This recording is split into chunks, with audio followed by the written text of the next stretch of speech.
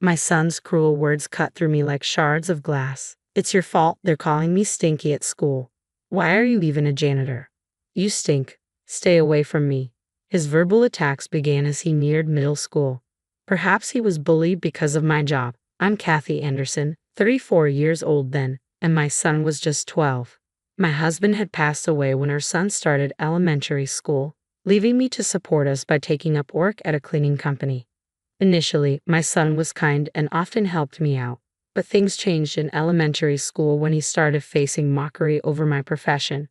By middle school, he began associating with unpopular kids, even getting into trouble for being out late at night. I was frequently called to the school due to his misbehavior. Being a single mother was far tougher than I had anticipated. However, by his third year in middle school, his behavior suddenly improved, and he began focusing on his studies. It seemed he had a wake-up call after seeing his friends get caught by the police for shoplifting. I don't want to live like you, scraping the bottom of the barrel. I'm going to study hard, graduate from a top university, and live an elite life with a prestigious job, he declared. Though conflicted by his words, I felt a glimmer of relief that he was finally showing ambition. My focus was on supporting his studies, and seeing him accepted into a good high school brought me great joy. He was admitted to the high school he had dreamed of. I was truly thrilled. It was a private school, and the fees were steep, but I managed, picking up extra shifts and tightening our budget. Hey, what's with this sad excuse for a meal? I need more nutritious food, you know? Get me better meat. I'm sorry, I'm doing my best, but tuition is all I can manage right now. Then work harder. You're serving me this cheap food. Are you even my parent? A parent's job is to support their child. His verbal attacks intensified in high school, perhaps fueled by the affluent backgrounds of many of his classmates. It seemed he was struggling with his own circumstances. To shield him from any shame, I cut back on my own expenses, foregoing anything for myself and funneling everything I had into supporting him. Despite his current behavior, I held on to hope that he would mature with time, recalling his kindness in elementary school. I plan to study abroad in college. I want to go for about a year, so I'll need around $30,000 to $40,000. That much. You're not going to tell me you can't afford it, right? A parent's duty is to fulfill their child's wishes. Don't use poverty as an excuse. I understand, but if you go to university, there will be more tuition to consider. How could I possibly afford the cost of studying abroad? Even now, my life was already stretched thin. So, I requested the cleaning company to switch me to an early morning shift and took up a job at a 24-hour supermarket late into the night. My schedule was packed. I worked at the cleaning company from 7 a.m. to 3 p.m., then hurried home to prepare dinner, manage household chores, and headed to the supermarket from 5 p.m. to midnight. On days when the cleaning company was closed, I picked up extra shifts at the supermarket, working without a break. It was all so that my son could attend the prestigious private university he dreamed of. With only a high school diploma, I found immense joy in seeing my son go to university. By his second year, he ventured abroad for his studies. The university fees were hefty, and despite saving diligently, I had to take out a loan to cover the expenses of his study abroad. Living abroad was expensive, and I often received requests for money from my son. Despite the mounting debt, I couldn't bear to see him struggle in a foreign land, so I continued sending him financial support. After a year, he successfully completed his studies abroad, albeit delaying his college graduation by a year. My son returned home and promptly began asking for spending money again. Hey, Derek, you're in college now. Couldn't you find a part-time job? You expect your child to work and miss out on having fun? Unbelievable. I don't mean it that way, but could you try earning some of your own spending money? I'm focused on my studies. That's a student's responsibility. If I took on a part-time job, it would affect my job search after graduation. Do you want to jeopardize your child's future? As a parent, I can't understand those with limited education. I'm sorry, my son remained unchanged, but I felt relieved knowing he had safely graduated college. Landing a job at a well-regarded company lifted a weight off my shoulders. Once he began working, he stopped asking for spending money, which eased our lives. However, debts from his college and study abroad lingered, so I continued working tirelessly. After 4 years of his employment, I was nearing the end of paying off the debts. Although my son never contributed financially to the household, I managed. I once suggested he chip in a little since he lives here now, but he retorted, "You expect your child to give you money. Being a working adult means fulfilling social obligations, and it costs. You, a cleaner, and I, working at a prestigious company, are not the same." I never brought it up again. It's exhausting to argue like this every time I speak up. Maybe by then, I had grown accustomed to this life and didn't find working day and night too difficult. But unknowingly, perhaps my body was silently pleading for a break. I likely pretended not to notice. Then one day while cleaning a particular building, I spotted my son stepping out of an elevator. "Derek." Upon seeing me, my son scowled deeply. "Huh? Who are you?" "Excuse me. I don't know any old woman like you. Stop talking to me so casually, Derek. It's annoying." Being yelled at like that by my son was a huge shock. He didn't even look at me properly and quickly left. That night, after finishing my late shift and returning home, I found my son, who should have been asleep, drinking beer in the kitchen.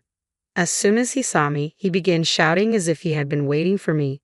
"Hey, old woman, what were you thinking? Why did you call out to me there? That person is a crucial business partner for my company." "Is that so? I've been cleaning that building for a long time." "What a coincidence. Look, even if you see me, don't acknowledge me. It's embarrassing if people find out my mom is a janitor. Don't embarrass me." "Embarrassing? I've been raising you like this."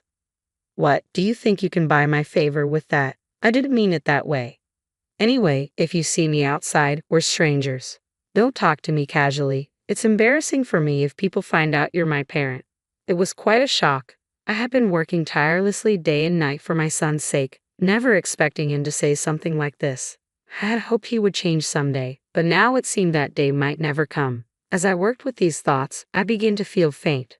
When I regained consciousness, I was in a hospital bed. The doctor explained it was due to overwork. "You've accumulated a lot of fatigue. You've been pushing yourself too hard, haven't you?" Did I pass out?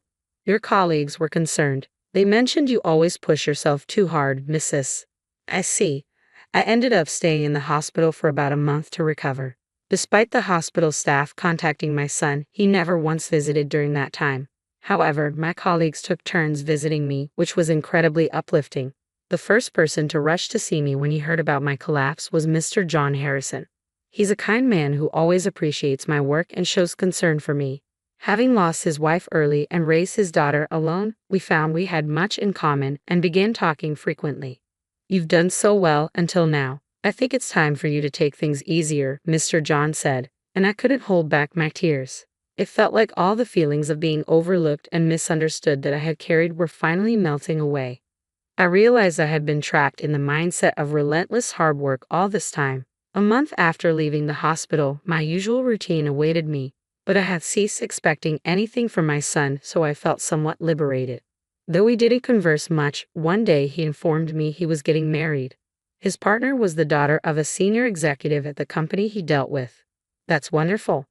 Well, it's only natural for someone like me. After all, I graduated from a prestigious university, studied abroad, and now work at a top-tier company.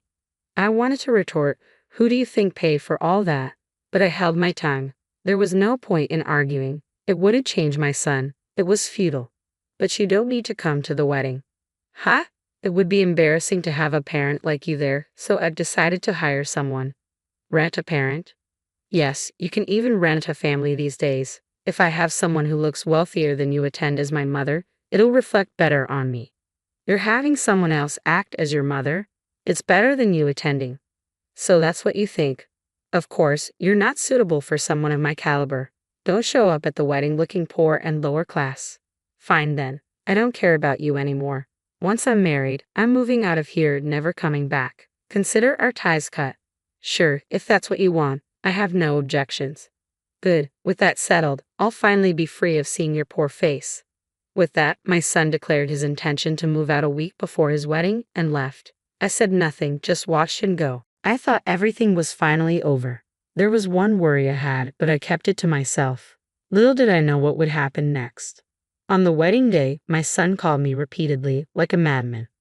I was quite busy and initially decided not to answer, but his persistent calls left me no choice. "What are you doing? Answer the phone." "I'm actually busy." "What's up?" Isn't today your wedding day? Yes, that's why I'm calling. Come over right now. Huh? What are you saying? I'm inviting you to my wedding. Be thankful and come. And now you don't want to see a poor person like me, do you? Would it be embarrassing for you if I showed up? Enough with the excuses. Just come and witness your son in his glory. As I said, I'm busy. I don't have time for such events. Such events. Fine then, goodbye. As I moved to hang up, my son's panicked voice stopped me. Wait, do you know a man named John? He's the CEO of the company where my future father-in-law works. Why? He approached me today, smiling, saying he owes you a lot. Oh, you mean John Harrison? Yes, him. He's the guest of honor today. He said, I'm delighted that my esteemed employee's daughter is marrying Kathy's son. Oh, I know John quite well. Really? How do you know the CEO of such a big company? As I've mentioned before, I work as a cleaner in John's company, specifically in that building. John is the CEO of the building where I met my son while working there. He's an exceptional boss who values every employee, including us cleaners.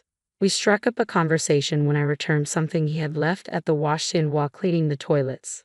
How did you become friends with the CEO of a major company when you're just a janitor?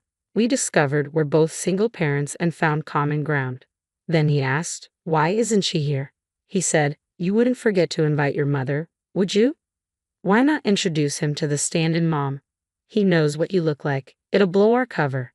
Oh, really? It's not, oh, really, just come over here now.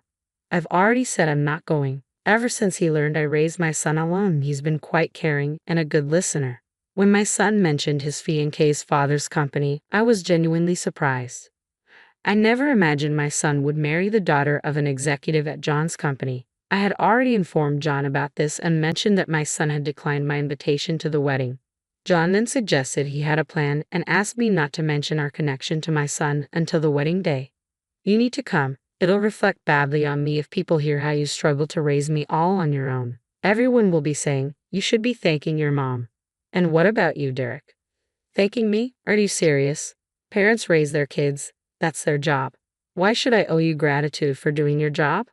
But this is making me look bad. It's your responsibility as a parent to fix this. Come over and boast about what a great son I am to everyone. Hearing that just makes me want to come even less. Are you even thinking like a parent? You reap what you sow. You're not a kid anymore. Take responsibility for yourself.